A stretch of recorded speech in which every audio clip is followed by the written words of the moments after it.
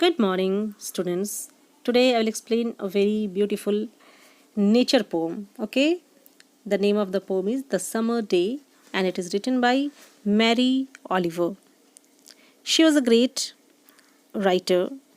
She wrote prose, poems, and essays. Okay, and mostly she has written nature poems. Okay, this is a poem which describes nature. Okay, so let's start the poem. Who made the world? Who made the swan and the black bear? Who made the grasshopper? The grasshopper, I mean, the one who has flung herself out of the grass, the one who is eating sugar out of my hand, who is moving her jaws back and forth instead of up and down, who is grazing around with her enormous complicated eyes. Now she lifts her pale forearm and thoroughly washes her face.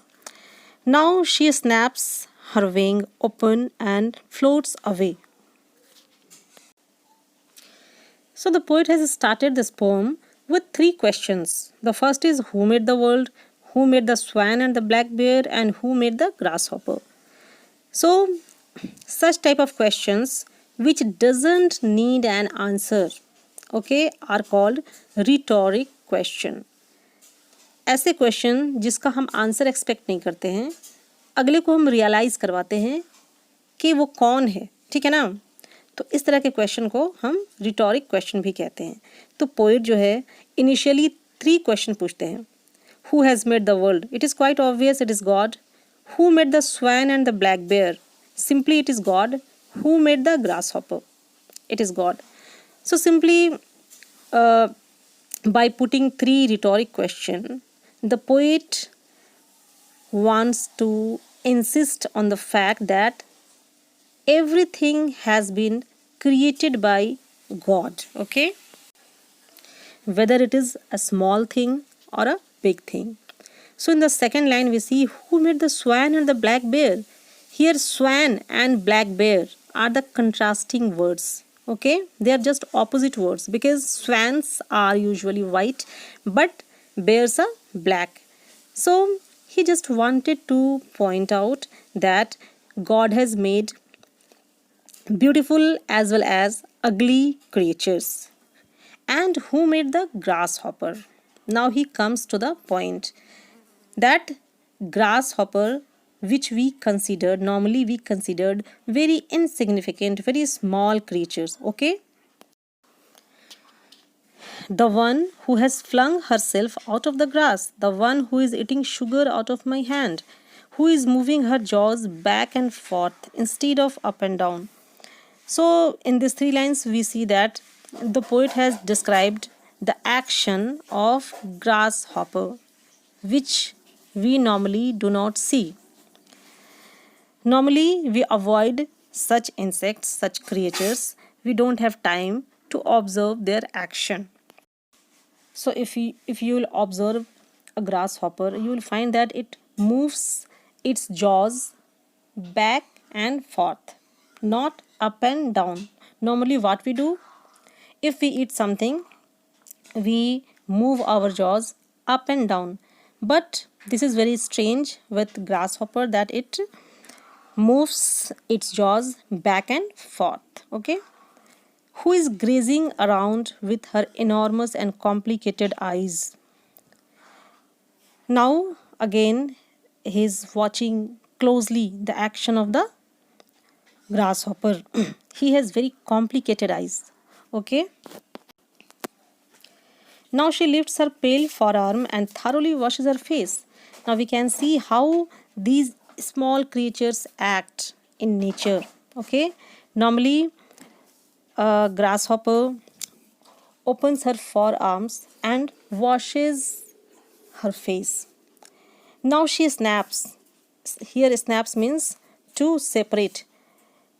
So now it separates its wing open and flirts away and just lie down on the grass.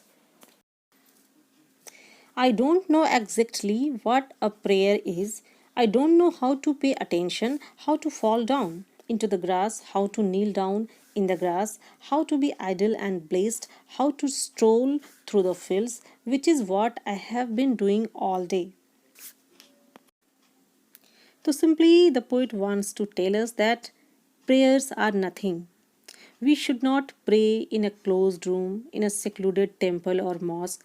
Instead, we should be out. We should spend our time with this beautiful nature, and we should watch all these insignificant creatures which are bestowed life, which are given life by God. I don't know how to pay attention, how to fall down into the grass, how to kneel down in the grass, how to be idle and placed, how to stroll through the fields, which is what I have been doing all day. Now, the poet simply wants to show that we can learn many things from these small creatures. We saw that how the small insect like grasshopper lead their life very peacefully. They they are very blessed because they are not living in a crowded place. They are not running after money, but they are doing very small activity, and they are enjoying their life to the full of their capacity. Okay, तो poet ये बताते हैं कि nature के साथ हम अपने time को स्पेंड करें, इसका एक अलग ही मज़ा है। हम देखते हैं कि किस तरह से ये जो छोटे छोटे क्रिएचर्स हैं अपने लाइफ को जी रहे हैं, किस तरह से ये थोड़े आलसी है लेकिन ब्लेस्ड हैं। ठीक है, इनके साथ बहुत सारा वर्क नहीं है जैसे हम लोग करते हैं कि we have a lot of works assign to us. So many of the people are running after money, many of them are doing some other pursuits, but these things are taking us away from nature. So in this way we are we are losing this great pleasure. Okay, tell me, what else should I have done? Doesn't everything die at last and too soon? Tell me, what is it you plan to do with your one wild and precious life? So, in the last four lines, the poet gives a very, very good message to all the human being that our life is very short and very precious. So, it is up to you. How will you spend your life? You want to feel blessed like grasshopper, or you like to run after money? Okay. So simply the poet wants to make us realize that the life is very short but very precious. So now it's up to you. How do you spend your life? How do you make your life pleasant? How do you make your life more comfortable? You have two options. Either you run after the money and the worldly pursuit, or you stay blessed with nature, because the nature can teach you many lessons. It can provide you solace, peace, and happiness. So you might have observed nature, and you might have felt blessed at times when after rainfall we go close to nature and we watch it. We really feel very relaxed. So this is the way we can get pleasure, real pleasure of our life. So simply poets wants to say that we should observe the nature and the life. You know, as we saw in the first stanza, that the grasshopper has a precious life and it's leading the life in its own way. It's doing everything what he wants to do.